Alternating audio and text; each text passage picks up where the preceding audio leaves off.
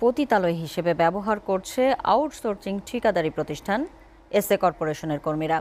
সম্প্রতি এক যৌনকর্মীর চাহিদা অনুযায়ী টাকা পরিশোধ না করায় ফাঁস হয়ে যায় এই তথ্য। এতে তোলপাড় চলছে সর্বত্রে। কিন্তু খোদ রেলওয়ের পক্ষ থেকেই চাঞ্চল্য করে এই ঘটনা ধামাচাপা দেওয়ার অপতৎপরতা শুরু হয়েছে। এতে হতবাক বিশ্লেষকরা। বিষয়টি নিয়ে অভিযুক্ত প্রতিষ্ঠানের বক্তব্য পাওয়া না গেলেও ঠিকাদারের পক্ষেই সাফাই গাইলেন রেলওয়ে পূর্বাঞ্চলের জিএম নাজমুল ইসলাম। দেখুন অমিত দাসের ক্যামেরায় সোহাগ কুমার বিশ্বাসের প্রতিবেদন।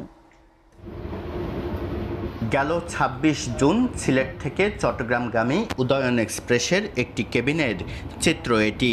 ট্রেনটির ক্যাটারিং সার্ভিস বা খাবার সরবরাহে নিয়োজিত প্রতিষ্ঠান এসএ কর্পোরেশনের ৪ কর্মী এক নারীর সঙ্গে অনৈতিক সম্পর্কে রত।